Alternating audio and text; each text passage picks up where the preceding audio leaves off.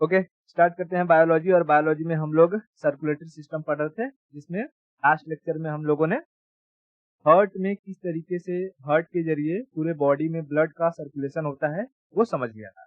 एक बार हम quick revision करेंगे फटाफट, और आज इसको हम सर्कुलेटरी सिस्टम को खत्म करेंगे। ओके, चलो पहले बताओ, ह्यूमन हार्ट के कितने चैम्बर होते हैं? 4 चैम्बर। 4 चैम्बर। ऊपर वाले पोर्शन को क्या कहा जाता है? एट्रियम। और नीचे वाले को वेंट्रिकल। मैं बना देता हूं पहले फटाफट। तो एग्जाम में अगर हार्ट बनाना रहेगा तो ऐसे ही बनाना, ठीक है? कैसे बन गया? पहले हम इसको क्या करेंगे, पहले 2 भाग में डिवाइड कर देंगे। ऊपर वाला क्या कहलाता है? एट्रियम। और नीचे वाला वेंट्रिकल, यानी ये सेक्शन एट्रियम और ये सेक्शन वेंट्रिकल। ठीक है, अब उसके बाद हम फिर क्या करेंगे, फिर इसको हम 2 भाग में फिर से ऐसे सिमेट्रिकल डिवाइड कर देंगे। अब बताओ, अब ये कितना चेम्बर हो गया? 4 चेम्बर। ये हो गया हमारा लेफ्ट एट्रियम, ये हो गया हमारा राइट एट्रियम, और ये लेफ्ट वेंट्रिकल और ये राइट वेंट्रिकल। ठीक है, इतना बताया था। ओके, उसके बाद मैंने बताया था कि जो हार्ट होता है, हार्ट में सबसे जो थिक वॉल होता है वो कौन से चेम्बर का होता है? वो होता है इस लेफ्ट वेंट्रिकल का। पर वॉल देन अदर चेम्बर्स। ठीक है, देन अदर चेम्बर्स। इतना क्लियर है? क्यों थिक होता है? क्योंकि यही पोर्शन जो होता है ये पंप करने का काम करता है ना? ये जो दोनों हैं, राइट एट्रियम और लेफ्ट एट्रियम, इनको हम क्या कहते थे? Receiving chamber. Receiving chamber. और नीचे वाले को हम क्या कहते थे? पंपिंग पंपिंग चेम्बर ना, पंपिंग चेम्बर। अच्छा बताओ, हार्ट से पूरे बॉडी की तरफ ब्लड को ले जाने वाली नसों को हम क्या कहते थे? हार्ट से पूरे बॉडी की तरफ, जैसे ये हार्ट है, हार्ट से अगर बॉडी की तरफ ब्लड को ले जा रही है तो उसे हम क्या कहेंगे? उसे हम कहेंगे आर्टरी, धमनी, आर्टरी। और जो बॉडी से हार्ट की तरफ लेकर आ रही है उसे हम कहेंगे वेन, यानी शिरा। वेन यानी शिरा। क्लियर था? उसके बाद पूरे बॉडी में ब्लड सर्कुलेशन किसके किसके जरिए होता है? जैसे आर्टरी की थिकनेस के बेसिस पर मैंने बताया था, आर्टरी के पहले क्या आता है? एओर्टा, सबसे मोटा होता है एओर्टा।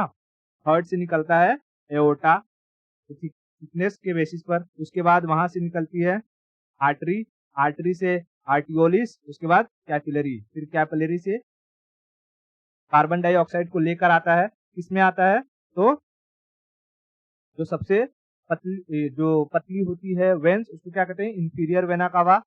फिर वेन, और फिर सुपीरियर वेना कावा, है ना? ये सारी चीजें हमने डिस्कस की थी। चलो एक बार फटाफट हम लोग हार्ट के अंदर जो ब्लड का फ्लो होता है, कैसे हार्ट से पूरे बॉडी में, और उन नसों को, कौन कौन सी नसों को क्या कहते हैं, हम अब बना कर देख लेते हैं। ठीक है, किसमें ऑक्सीजन होता है, किसमें कार्बन डाइऑक्साइड होता है। ये पल्मोनरी वेन्स और पल्मोनरी आर्टरी क्या होता है, इसमें कहीं कोई कंफ्यूजन नहीं है ना? ओके, चलो देखो, इसको अगर बनाना रहेगा तो कैसे हम बनाएंगे। सबसे पहले क्या कर लेना है? हार्ट बना लेना है। ठीक है, हार्ट, तो मैं हार्ट का चैम्बर बना दे रहा हूँ। चलो चैम्बर हो गया। उसके बाद देखो, मेन जो हमारे बॉडी का कंपोनेंट है वो क्या है? हमारा लंग्स, है ना? जहाँ से हमें सांस आती है। मैं लंग्स बना देता हूँ ये बड़ा सा।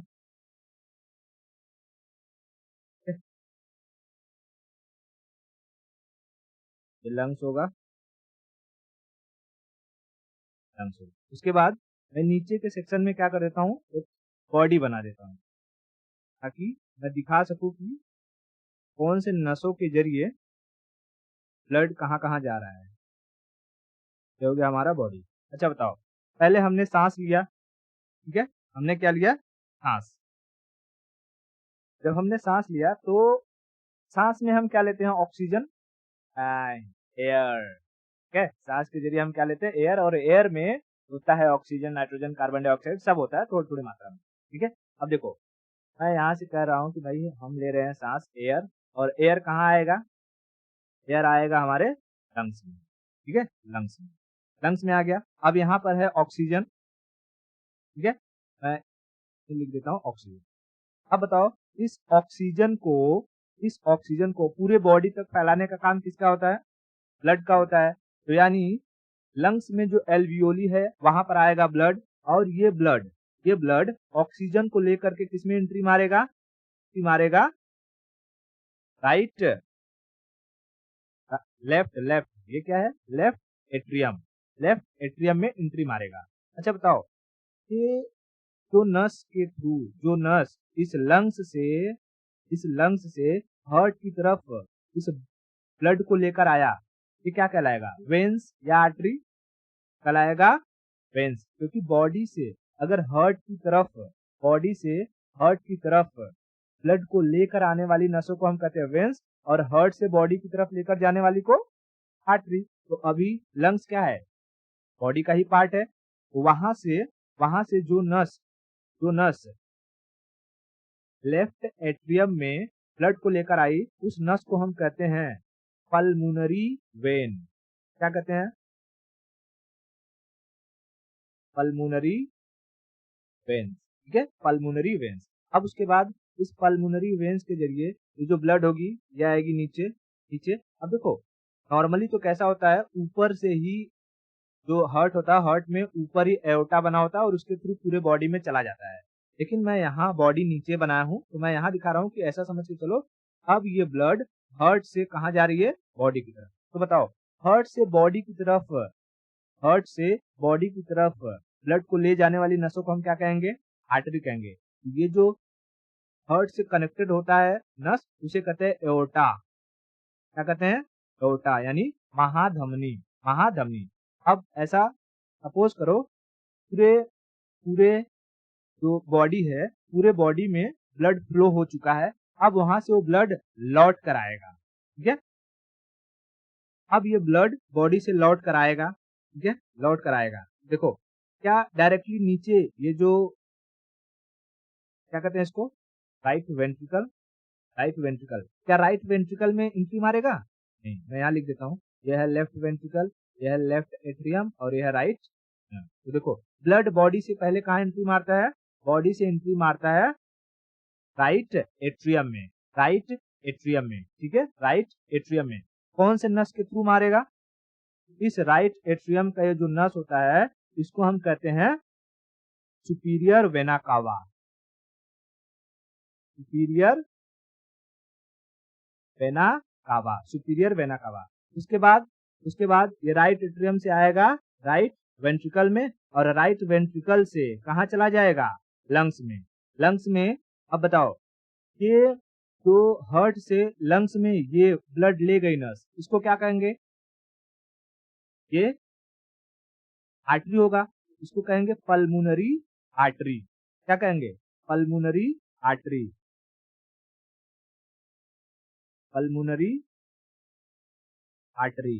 ठीक है, पल्मोनरी आर्टरी। फुफ्फुस धमनी। और इसमें क्या रहेगा? इसमें रहेगा कार्बन डाइऑक्साइड, और ये कार्बन डाइऑक्साइड को कहाँ छोड़ देगी? लंग्स में। और लंग्स में मान लो ये कार्बन डाइऑक्साइड है CO2, और ये CO2 वापस से इस लंग्स के जरिए बाहर निकल जाएगा, हवा में मिल जाएगा। समझ में? ये पूरा का पूरा प्रोसेस होता है।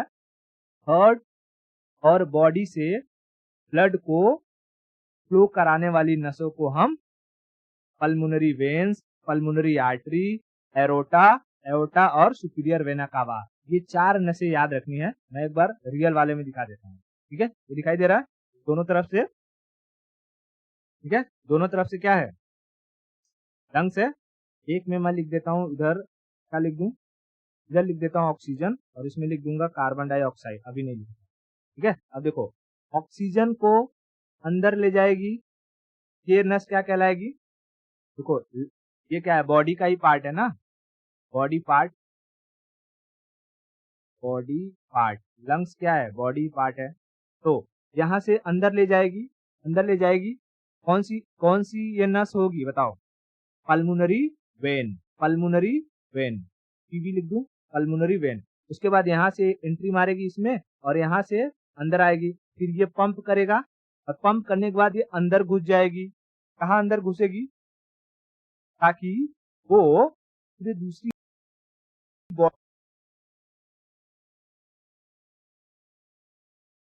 ट्रांसफर कर सके। कैसे ट्रांसफर होगा? वही हमने यहाँ पर देखा है, देखो जैसे ये यहाँ से चला जाएगा अंदर और ये एरोटा से होते हुए चला जाएगा बॉडी के अदर पार्ट में, ठीक है। उसके बाद बॉडी के अदर पार्ट से वो आएगा कहाँ पर? यहाँ। इसको क्या कहेंगे हम लोग? Superior vena cava. उसके बाद आएगा राइट एट्रियम से राइट वेंट्रिकल और फिर यहाँ से अंदर मारेगा और चला जाएगा लंग्स में। तो ये लंग्स में जो जा रहा है इस नस को क्या कहेंगे? बाहर ले जा रहा है ना, तो पल्मोनरी आर्टरी। इतना सब क्लियर है? चलो अब देखो ये सारा चीज हो गया, कैसे ब्लड फ्लो होता है हमने समझ लिया। अब हम आगे चलते हैं, समझते हैं कि जो हार्ट होता है ना, हार्ट देखो पंप कौन करता है? ये वाला सेक्शन, और मैंने बता दिया ये सबसे, इसका वॉल सबसे थिक होता है, इसका लेफ्ट वेंट्रिकल का, ठीक है। अब हम बात समझते हैं कि दुनिया में पहली बार जो हार्ट ट्रांसप्लांट हुआ था, है ना, हार्ट ट्रांसप्लांट किसने किया था? एक साइंटिस्ट थे, इनका नाम था क्रिश्चियन बर्नार्ड। क्या नाम था? ये है क्रिश्चियन बर्नार्ड, ठीक है। क्या नाम है इनका? Christian Barnard. लिख दो यहाँ पे, क्रिश्चियन बर्नार्ड। साउथ अफ्रीका में इन्होंने सबसे पहले कार्डियोलॉजिस्ट थे,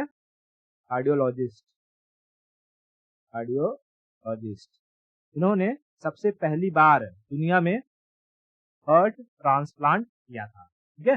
अफ्रीका के थे, साउथ अफ्रीका के क्रिश्चियन बर्नार्ड। क्लियर है? अब हम समझते हैं कि जो हार्ट होती है, हार्ट हमारा हृदय होता है, ठीक है? तो इस हृदय के ऊपर जो नसें होती हैं, इन नसों को क्या कहते हैं? समझो, देखो ये जो हार्ट के ऊपर ये सब नर्व दिखाई दे रही है, नर्व्स, इन नर्व्स को हम कहते हैं कोरोनरी साइनस। क्या कहते हैं? कोरोनरी साइनस, ठीक है, कोरोनरी साइनस। इन्हीं कोरोनरी साइनस के जरिए इस हार्ट को खून मिलता है। देखो हार्ट पूरे बॉडी को ब्लड सप्लाई तो करता है, लेकिन हार्ट को भी काम करने के लिए ब्लड सप्लाई चाहिए कि नहीं? हाँ, तो हार्ट में ब्लड सप्लाई करने का काम किसके थ्रू होगा? इन्हीं कोरोनरी साइनस के जरिए होगा। इन्हीं नसों को हम क्या कहते हैं? कोरोनरी साइनस, ठीक है। अब अगर सोचो ये जो नसें हैं, इन नसों में फैट जमा हो जाए, फैट को हम क्या कहते हैं? टेक्निकल टर्म में कोलेस्ट्रॉल। क्या कहते हैं? कोलेस्ट्रॉल। अगर फैट जमा हो जाए तो इसमें ब्लड फ्लो होने में दिक्कत आने लगेगी, और जब ब्लड फ्लो नहीं हो पाएगा तो हार्ट अपना काम पूरी तरीके से नहीं कर पाएगा। और अगर ये ब्लॉकेज या कोलेस्ट्रॉल बहुत अधिक बढ़ गया और इन नसों में क्या हो गया? ब्लॉकेज आ गया, तब आता है हमें हार्ट अटैक। समझ आ रहा है? तब क्या आएगा? Heart attack. कैसे आएगा? क्योंकि इन नसों में जो ब्लड फ्लो हो रहा था वो रुक जाएगा और पेन चालू हो जाएगा बहुत तेजी से। समझ आ रहा है? पेन चालू हो जाएगा, उसी पेन को हम क्या कहते हैं? हार्ट अटैक कहते हैं, हार्ट अटैक। समझ आ रहा है? देखो ये कोरोनरी जो साइनस होती है ना, नसें, एक तीन तरीके, मतलब तीन नसें मोस्टली होती हैं, तीन। अभी सुना है ना कि अगर किसी को 3 बार हार्ट अटैक आया तो तीसरी बार में बचता नहीं है। तीन नसें होती हैं, ऐसे समझा रहा हूँ, तीन नसें होती हैं। अगर मान लो कि पहली बार में क्या हुआ, एक नस था जिसमें से ब्लड फ्लो हो रहा था और उसमें जमा हो गया कोलेस्ट्रॉल, तो पहली बार हार्ट अटैक आया, डॉक्टर ने देखा कि अच्छा अभी एक ही नस क्या हुई है, एक जिसमें कोलेस्ट्रॉल जमा, उसमें पाइप वाइप डाल के किसी तरीके से उसको मैनेज किया, अभी 2 नस बाकी है, ठीक है। तो अब जो ब्लड का फ्लो होगा इन नसों में से होगा, लेकिन इन नसों के ऊपर अब प्रेशर आने लगेगा, क्योंकि 3 लोगों का काम मिलकर अब 2 ही लोग कर रहे हैं, लेकिन फिर भी अगर इंसान खाना पीना बंद नहीं करता है, उसमें फैट वाली चीजें ज्यादा खाता है, उम्र हो गई है तो भी काजू किशमिश दबा के खा रहा है, काजू वगैरह में ना फैट बहुत अधिक मात्रा में होता है, ठीक है। तो धीरे धीरे क्या होगी, ये नसें भी ब्लॉक होना चालू हो जाएंगी। अगर दूसरी नस ब्लॉक हुई तो तुम्हें आएगा दूसरा अटैक, एक खत्म हुआ दूसरा खत्म हुआ, और अगर तीसरा ब्लॉक हो गया तब तो तुम गए काम से, क्योंकि फिर तुम्हें बचाने वाला कोई नहीं बचेगा, और इस हर्ट को जो ब्लड सप्लाई करने वाली कोई भी नस नहीं बच पाएगी। समझ में आया? तो कोरोनरी साइनस, कोरोनरी साइनस किसे कहते हैं? हर्ट के ऊपर नसों को हम कोरोनरी साइनस कहते हैं। यही नसें हर्ट को क्या करती हैं?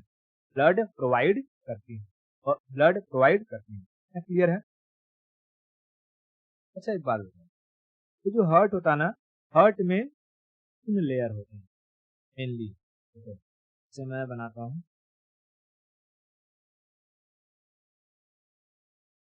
हर्ट बना, ऐसे ही और लेयर होगा,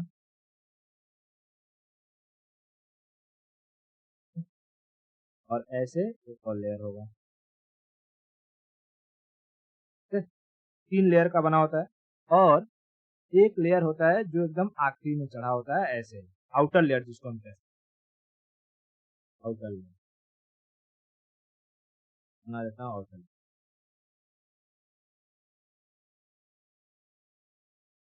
पहले जो 3 लेयर होते हैं उनको अलग अलग नाम से जाना जाता है। क्या नाम देते हैं इनको? तो देखो, ये जो ये होता है ना एकदम अंदर का होता है, इसको कहते हैं एक्टो। क्या कहते हैं? Ecto, ecto. और जो बीच वाला होता है उसको कहते हैं मेजो, मेजो। और ये थर्ड वाला जो होता है इसको कहते हैं एंडो, क्योंकि ये एंड में होता है, इसको क्या कहते हैं? एंडो। और जो सबसे बाहर होता है, सबसे बाहर, उसको हम कहते हैं पेरिकार्डियम। क्या कहते हैं? पेरिकार्डियम। और यही पूछता है, कहता है कि हृदय की बाहरी परत को क्या कहते हैं? Outer layer of heart is known as pericardium. क्या कहते हैं? Pericardium, pericardium. इतना क्लियर है? अगर मैं नॉर्मली ऐसे समझाऊं, पेरिकार्डियम किसे कहेंगे? जैसे देखो, हर्ट दिखाई दे रहा है कहीं? ठीक है, जैसे ये हर्ट है, हर्ट धक धक कर रहा है, इसमें ये जो लेयर है ना, ये बाहरी लेयर, इसे हम क्या कहेंगे? Pericardium, pericardium, pericardium. समझ में आया? पेरिकार्डियम। अब देखो, हमारा जो हर्ट ऐसे जब लब डब करता है, तो इसके लब डब की वजह से 2 वोल्ट का करंट जनरेट होता है। कितने वोल्ट का करंट जनरेट करती है? करंट जनरेट होता है 2 वोल्ट का। तो अगर कोई तुम्हारे सामने कह रहा है ना कि लगे 440 वोल्ट, उसको मारना 2 झापड़, तो बोलना तुम्हें डॉक्टर साइको के पास जाने की जरूरत है, क्योंकि तुम्हारी मेंटल स्टेटस ठीक नहीं है। इंसान के बॉडी में 2 वोल्ट का करंट जनरेट होता है, इससे पूरे बॉडी का फंक्शन चलता है। समझ आ रहा है? और 2 वोल्ट का करंट जनरेट कौन करता है? तो हर्ट करता है। अब बात आती है कि हर्ट का कौन सा सेक्शन करता है, हर्ट का कौन सा सेक्शन करता है? तो बताओ, ये क्या है? ये है हमारा लेफ्ट एट्रियम, और ये है हमारा राइट एट्रियम। ये हमारा है लेफ्ट वेंट्रिकल, ये हमारा है राइट वेंट्रिकल। ये जो राइट एट्रियम है ना, राइट एट्रियम, यही क्या करता है? 2 वोल्ट का करंट जनरेट करता है। इसमें जो जो करंट को मतलब बीट को जनरेट करती है ना, उसे कहते हैं cyano atrial node, S A node. क्या कहा जाता है? ऐसे नोड मतलब cyano atrial, atrial node. Body में करंट जनरेट करने का काम किसका होता है? साइनो एट्रियल नोड का होता है। साइनो एट्रियल नोड कहाँ पाया जाता है? तो राइट एट्रियम में पाया जाता है। कहाँ पाया जाता है? राइट एट्रियम में, राइट एट्रियम में। अच्छा बताओ, अगर ये करंट ना जनरेट करे तो क्या ये दिल हमारा लब डब कर पाएगा? नहीं कर पाएगा। कभी कभी सुना होगा कि किसी का जो हार्ट है, हार्ट की सर्जरी करी गई है, और उसमें एक मशीन बिठाया गया है, उसका नाम होता है पेस मेकर। पेस मेकर क्या करता है बताऊं? पेस मेकर दिखाई दे रहा है?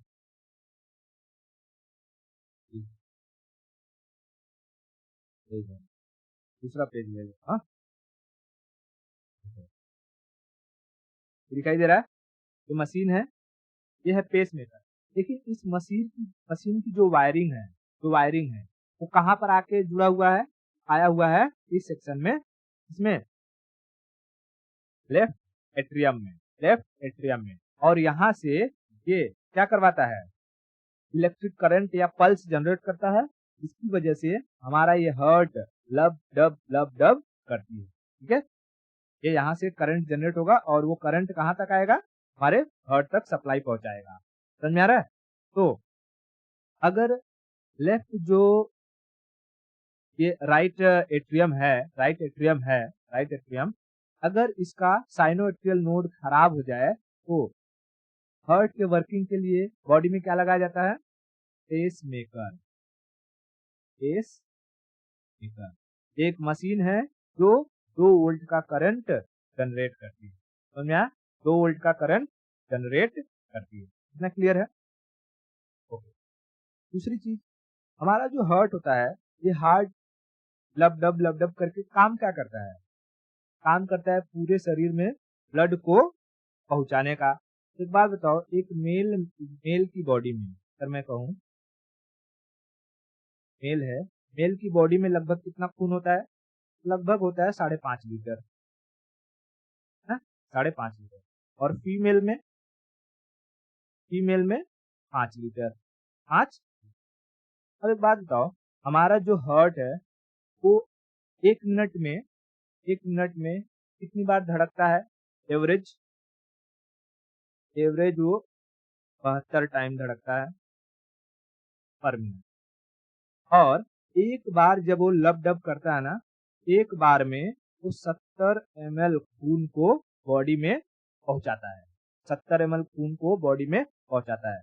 एक बात बताओ, 72 मिनट में, मतलब कि 72 टाइम्स में 70 गुणे 72 कितना हो जाएगा, लगभग 5040 ml, यानी अप्रोक्सीमेटली 5 लीटर खून वो पूरे बॉडी में सर्कुलेट कर देता है। 5 लीटर खून एक ही बार में हार्ट सर्कुलेट नहीं करता है, 70 ml फुस करके क्या करता है, पूरी बॉडी में सर्कुलेट करता है। समझा? तो हमारा जो हार्ट है वो नॉर्मली एवरेजली 1 मिनट में कितनी बार धड़कता है, 72। ठीक है, अच्छा, हार्ट के पास अगर हम आला लगाएंगे स्टेथोस्कोप तो हमें 72 बार सुनाई देगा, एवरेज बता रहा हूँ, ज्यादा और कम हो सकता है, तो हम फिर लो बीपी और हाई बीपी में समझेंगे। लेकिन अगर वही हम अपनी नाड़ी पकड़ेंगे, किसी की नाड़ी, नर्व्स, नर्व्स क्या, नर्व्स है ना, डॉक्टर क्या करता है, हाथ के पास पकड़कर चेक करता है, जहाँ हमारा ये एल्बो होता है, एल्बो के पास, या हमारा जो रिस्ट होता है, रिस्ट के पास पकड़ के, कलाई के पास पकड़ के, तो क्या चेक करता है, नाड़ी की रफ्तार या नर्व्स की रफ्तार, नर्व्स में जो ब्लड फ्लो हो रही है उसकी रफ्तार, तो वो अमूमन 60 से 100 बीट पर मिनट होता है। समझ में? 100 से 60 बीट पर मिनट।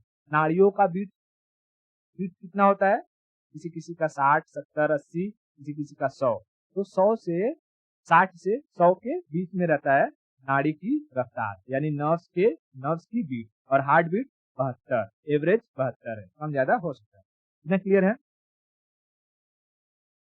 चलो आगे कुछ और चीजें समझते हैं, जैसे कि जब किसी के हार्ट में ना प्रॉब्लम आ जाए और उस हार्ट का बहुत सारा सेक्शन काम न करना, जैसे मैं कोई हार्ट ले लेता हूँ,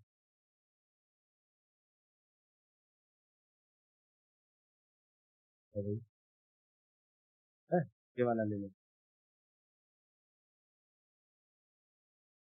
देखो ये हार्ट दिखाई दे रहा है। अब मान लो कि किसी का हार्ट है और उसके हार्ट का ये जो राइट एट्रियम है ये काम करना बंद कर दिया। ठीक है, राइट एट्रियम काम करना बंद कर दिया, इसके लिए क्या लगाना पड़ेगा, पेस मेकर वगैरह लगाना पड़ेगा, है ना। तो पेस मेकर लगाने के लिए क्या करी जाएगी, इंसान के हार्ट की सर्जरी की जाएगी। ठीक है, इंसान के हार्ट की क्या की जाएगी, surgery.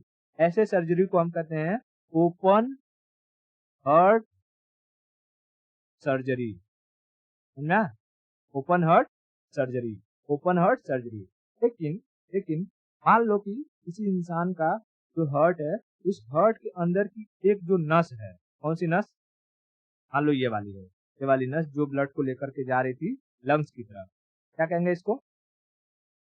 Pulmonary artery. Pulmonary artery, इसमें ब्लॉकेज आ गया है और यहाँ वाला एरिया जो हो गया है वो ब्लॉक हो गया है। तो डॉक्टर क्या करेगा? डॉक्टर हमारी ही बॉडी के अंदर से, हमारी बॉडी के अंदर से कोई दूसरी आर्टरी को निकालेगा, तो उसको यहाँ से लेकर के यहाँ वाले एरिया को कनेक्ट कर देगा। ठीक है, क्या करेगा? ऐसे लेकर के ऐसे बाईपास रास्ता दे देगा, या इसको क्या करेगा? यहाँ से कनेक्ट करेगा, तो आ रहा हूँ, यहाँ से कनेक्ट करके इसको ऐसे कनेक्ट कर दो। ठीक है, ऐसे कनेक्ट कर दो। जो बीच में ब्लॉकेज आया था वो ब्लॉकेज को क्या कर देगा? खून बाईपास कर देगा और इस कनेक्शन के थ्रू वो आगे चला जाएगा और ब्लड जो फ्लो होने में रुक रहा था अब वो रुकेगा नहीं। तो ऐसे सर्जरी को हम कहते हैं बाईपास सर्जरी। क्या कहते हैं? Bypass surgery. तो हार्ट की दो तरीके की सर्जरी होती है, एक को कहते हैं ओपन हार्ट सर्जरी और दूसरे को कहते हैं बाईपास सर्जरी। जब हार्ट में कोई मेजर प्रॉब्लम हो जाए और हार्ट डैमेज हो गया रहे या हार्ट का ट्रांसप्लांट किया जाए तो उसे हम कहेंगे ओपन हार्ट सर्जरी। लेकिन हार्ट के अंदर कोई नसों में दिक्कत आ गई हो और उस नसों को दूसरे नस के जरिए कनेक्ट कर दिया जाए जिससे ब्लड का फ्लो आसानी से हो सके, उसे हम कहते हैं bypass surgery. Bypass surgery clear है?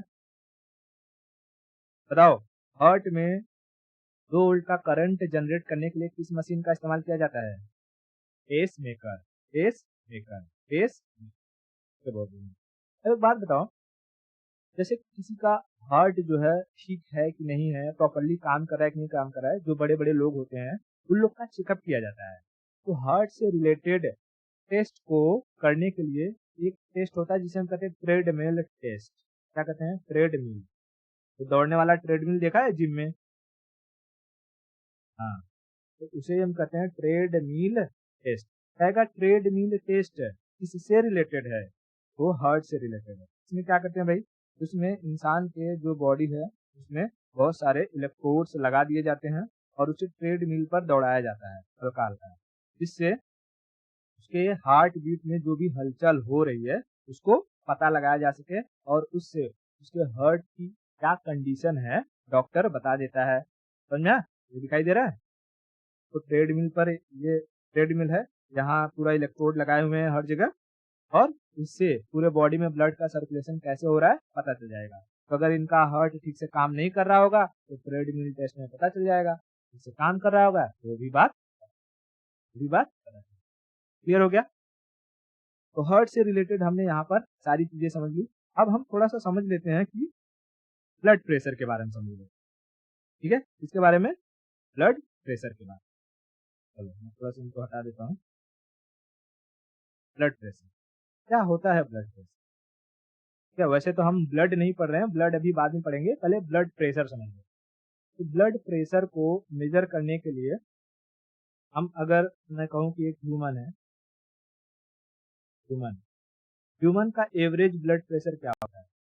एवरेज ब्लड प्रेशर जो हाई होता है, हाई कितना होता है?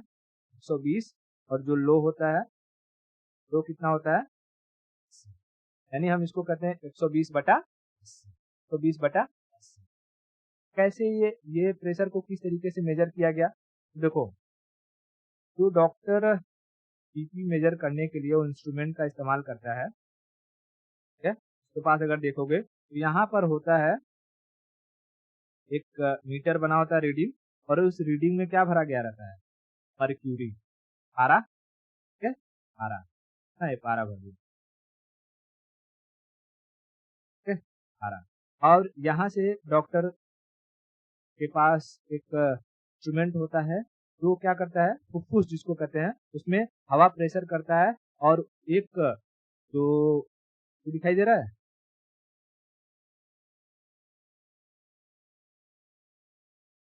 देखो ये दादा के पास लगा हुआ है, इसमें ढीला लगा रही है हाथ में, दिखाई दे रहा है ये। इससे क्या होता है? इसमें प्रेशर दिया जाता है और जब ये प्रेशर भरा जाएगा हवा तो ये टाइट हो जाएगा टाइट हो जाएगा और उसके बाद डॉक्टर अपने आला से यहाँ पर रख करके सुनेगा और धीरे धीरे हवा को रिलीज करेगा। तो पहले जब हवा भरेगा तो ये जो मर्क्यूरी है ऊपर चढ़ते जाएगा, ऊपर चढ़ते जाएगा, चढ़ते जाएगा। जब ऊपर जाएगा तो एक जगह जाकर के वो कट से आवाज करेगा। तो जितने पर कट से आवाज करेगा उस रीडिंग को डॉक्टर मेजर कर लेगा और वो उसे पता चल जाएगा कि अच्छा उसकी हाई की है, मतलब कि हाईएस्ट ब्लड प्रेशर कितना है, 120 है, 130 है, 150 है। उसके बाद वो हवा को रिलीज करेगा और जब हवा रिलीज करेगा तो यही जो ब्लड है मतलब कि मर्क्यूरी अब ये धीरे धीरे धीरे धीरे नीचे आएगी और जब नीचे आएगी तो एक जगह ऐसा आएगा जहां पर कट से आवाज आएगी और जब कट से आवाज आएगी तो डॉक्टर उस रीडिंग को नोट डाउन कर लेगा और उससे पता चल जाएगा कि इस इंसान का लोवेस्ट ब्लड प्रेशर कितना है, लोवेस्ट ब्लड प्रेशर कितना है। अब देखो ये जो ऊपर जा रही थी उसको हम क्या कहते हैं हाई और जो नीचे आ रहा था उसको हम कहते हैं लो। ऊपर जो जाता है ब्लड प्रेशर उसको हम कहते हैं सिस्टोलिक, सिस्टोलिक और जो नीचे आता है उसको कहते हैं डिस्टोलिक। क्या कहते हैं? डिस्टोलिक। तो अगर कभी ये पूछे सिस्टोलिक अपॉन डिस्टोलिक रेशियो किससे रिलेटेड है, सिस्टोलिक अपॉन डिस्टोलिक रेशियो किससे रिलेटेड है, ये है ब्लड प्रेशर से रिलेटेड। ठीक है, बीपी लिख भी चलेगा, ब्लड प्रेशर से रिलेटेड है, ब्लड प्रेशर से रिलेटेड है। एवरेजली ब्लड प्रेशर कितना होता है इंसान का, 120/80। ठीक है, 120/80, 120/80। ठीक है, तो देखो ये प्रेशर कैसे मेजर किया गया, तो मर्क्यूरी को ना ऐसे ही 120 ऐसे मर्क्यूरी रखा हुआ, अगर उसको एक परख नली में लो, मर्क्यूरी को भरो और नीचे अपना उंगली लगाओ। क्या, उंगली लगाओ, तुम्हें जितना प्रेशर महसूस होता है ना, जितना प्रेशर महसूस होता है उसे ही हम कहते हैं ब्लड प्रेशर जो मेजर किया जाता है mmHg, millimetre mercury, millimetre mercury, समझा, मिलीमीटर मर्क्यूरी। तो ब्लड प्रेशर का मैंने प्रीवियस वीडियो में बताया था यूनिट क्या होता है, मिलीमीटर मर्क्यूरी, मिलीमीटर मर्क्यूरी। अच्छा, अब कभी कभी क्या होता है किसी किसी का ना ब्लड प्रेशर बढ़ जाता है, तो ब्लड प्रेशर बढ़ने का मतलब ये नहीं कि खाली ये ऊपर वाला ही बढ़ जाएगा, अगर ऊपर वाला बढ़ेगा तो नीचे वाला भी बढ़ जाएगा। ठीक है, तो जब ब्लड प्रेशर बढ़ जाता है ऐसी सिचुएशन को हम कहते हैं हाइपरटेंशन। क्या कहते हैं, हाइपरटेंशन। हाइपर हाइपरटेंशन में क्या होता है, ब्लड प्रेशर बढ़ जाता है और वो बढ़ करके उसका रेशियो हो जाता है 150/90। एवरेज क्या रहता है, एवरेज 120/80, लेकिन हाइपरटेंशन में 120 का 150 हो जाता है और 80 का 90 हो जाता है, 80 का 90 हो जाता है। लेकिन कभी कभी लोगों का ब्लड प्रेशर कम हो जाता है, जब ब्लड प्रेशर कम हो जाए उसे कहते हैं हाइपोटेंशन, हाइपोटेंशन, समझा, ब्लड प्रेशर कम हो जाता है तो उसे क्या कहते हैं, हाइपोटेंशन। और ऐसी सिचुएशन में ये हो जाता है लगभग 100/60, यानी एवरेज जो रहता है 120/80 रहता है, ये 120 से घटकर 100 हो जाएगा और 80 से घटकर 60 के बीच में आ जाएगा। तो ब्लड प्रेशर कम होने को हम क्या कहते हैं, हाइपोटेंशन, और ब्लड प्रेशर बढ़ गया तो हाइपरटेंशन, हाइपरटेंशन। अच्छा, ब्लड प्रेशर बढ़ता कैसे है, किन किन चीजों की वजह से ब्लड प्रेशर बढ़ जाता है ना। तो देखो अगर हमारी बॉडी में, मैं यहाँ लिखता हूँ रीजन, रीजन में लिख दूं यहाँ, रीजन कि ब्लड प्रेशर इंक्रीज क्यों होता है, ब्लड प्रेशर इंक्रीज क्यों। एक कारण ये हो सकता है कि हम एसिडिक चीजों का कंजम्पशन बहुत अधिक करते हैं। एसिडिक, एसिडिक मतलब ऐसे फूड जिनका pH level power of hydrogen 7 से कम होता हो, है ना, पीएच लेवल क्या होता हो, 7 से कम होता हो, तब एसिडिक हो। तो जैसे अल्कोहल, अगर कोई दारू बहुत पीता है तो उसका ब्लड प्रेशर बढ़ने की संभावना अधिक होती है। ठीक है, उसके बाद अगर कोई नमक का कंजम्पशन बहुत ज्यादा कर रहा है, सॉल्ट, सॉल्ट के कंजम्पशन अधिक करने की वजह से भी ब्लड प्रेशर बढ़ता है। तीसरी चीज हो सकता है कि लोग टेंशन बहुत ले रहे हो, ठीक है, किसी छोटी छोटी चीजों का क्या कर रहे हो, टेंशन ले रहे हो, ऐसी सिचुएशन में भी ब्लड प्रेशर बढ़ जाए, ब्लड प्रेशर। ठीक है, अब क्या क्या बॉडी में हमारे ऐसे कौन से ग्लैंड है जो ब्लड प्रेशर से रिलेट करते हैं, यानी कुछ ग्लैंड ऐसे हैं जो ब्लड प्रेशर को रिड्यूस कर देते हैं और कुछ ग्लैंड ऐसे हैं जो ब्लड प्रेशर को इंक्रीज कर देते हैं।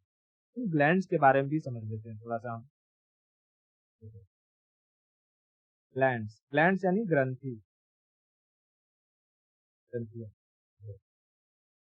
हमारे ना जो गला होता है, गला, हाँ, गला के पास एक ग्रंथि होती है, ग्लैंड होता है जिसे हम कहते हैं थायराइड। थायराइड, थायराइड ग्लैंड अपने अंदर से एक हार्मोन रिलीज करती है जिसको कहते हैं थायरोक्सिन। क्या? Thyroxine, thyroxine, thyroxine hormone. Hormone क्यों है ये? क्योंकि ये सीधा जाके ब्लड में मिलता है। ठीक है, ब्लड में मिलता है। मैंने हार्मोन और एंजाइम में फर्क बताया हुआ है। तो ये थायरोक्सिन हार्मोन क्या करता है, हमारे हमारे ब्लड प्रेशर को लो कर देता है, ब्लड प्रेशर को लो कर देता है। ठीक है, लो कर देता है। और ये जो थायराइड होता है, थायराइड ग्लैंड, ये महिलाओं में बहुत ज्यादा एक्टिवेट होता है। इसलिए फीमेल्स का जो ब्लड प्रेशर होता है ना, देखो हमेशा लो रहता है मोस्टली, और महिलाओं को बहुत ज्यादा गुस्सा नहीं आता है। ऐसा नहीं कि गुस्सा नहीं आता है, लेकिन एवरेज महिलाओं को बहुत ज्यादा गुस्सा नहीं आता है, क्योंकि जिसका ब्लड प्रेशर लो होता है उसमें गुस्सा वगैरह नहीं आता है, वो शांति से बात करता है, उसे दो बात बोल भी दोगे तो वो सुन लेता है। लेकिन जिसका ब्लड प्रेशर हाई रहता है वो हमेशा हाइपर एक्टिव रहता है, मार दूंगा, काट दूंगा, चीर दूंगा, फाड़ दूंगा, ऐसी सिचुएशन में रहता है। तो ऐसे ही हमारे बॉडी में एक ग्लैंड है, किडनी में पाया जाता है, उसको कहते हैं एड्रीनल ग्लैंड। कहाँ पाया जाता है? किडनी में। क्या नाम है उसका? Adrenal gland. और एड्रीनल ग्लैंड रिलीज करता है एक हार्मोन जिसको कहते हैं एड्रीनलिन। एड्रीनलिन, एड्रेनलिन क्या करता है कि हमारे ब्लड प्रेशर को बढ़ा देता है, ब्लड प्रेशर को बढ़ा देता है। और जब ब्लड प्रेशर बढ़ता है तो आदमी एकदम आवेश में आ जाता है, मारने धाड़ने की स्थिति में जाता है। कभी कभी क्या होता है, ऐसी सिनेरियो है जहां पर ब्लड प्रेशर का बढ़ना बहुत इंपॉर्टेंट है। जैसे अगर किसी दुश्मन देश के साथ लड़ाई करनी है, तो जो आर्मी वाले हैं या हमारे नौजवान, हमारे जो जवान हैं, उनका ब्लड प्रेशर अगर हाई रहेगा तो एकदम मार धाड़ पर उतर आएंगे। या अगर कोई रिलीजियस मैटर हो जाता है तो ऐसी सिचुएशन में लोग एकदम मार धाड़ पर उतर आते हैं। तुमने मूवी वगैरह में या किसी भी वॉर में ये देखा होगा, मार धाड़ करने से पहले एक अजीब तरीके का साउंड बजाया जाता है, बहुत हाई फ्रीक्वेंसी साउंड बजाया जाएगा। जैसे पहले के जमाने में पूरा ढोलक पीटा जाता था, नगाड़े पीटे जाते थे। आज के टाइम पीरियड में नारे लगाए जाते हैं, भारत माता की जय, वंदे मातरम।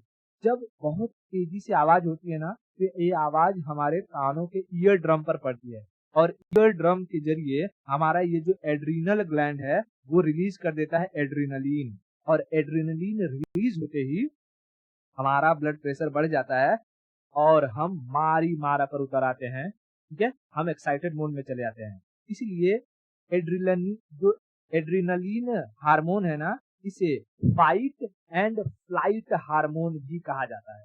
क्या कहा जाता है? Fight, fight and flight, flight hormone. समझा? कहेगा कि फाइट एंड फ्लाइट हार्मोन किसे कहते हैं? एड्रीनलिन हार्मोन को। कहां से निकलता है? एड्रीनल ग्लैंड से। हालांकि ग्लैंड चक्कर में हम ग्लैंड्स के बारे में और अच्छे से पढ़ेंगे। ठीक है, ये दो ग्रंथियां याद रखना जो ब्लड प्रेशर से रिलेटेड हैं। ब्लड प्रेशर को लो कर देता है कौन? थायराइड ग्लैंड से निकलने वाला थायरोक्सिन। और ब्लड प्रेशर को हाई कर देता है एड्रीनल ग्लैंड से निकलने वाला एड्रीनल। ठीक है, इतना क्लियर हो गया? ओके, जहां पर हमारा सर्कुलेटरी सिस्टम पूरी तरीके से खत्म होता है। अब हम नेक्स्ट लेक्चर में ब्लड को स्टार्ट करेंगे। Okay, okay.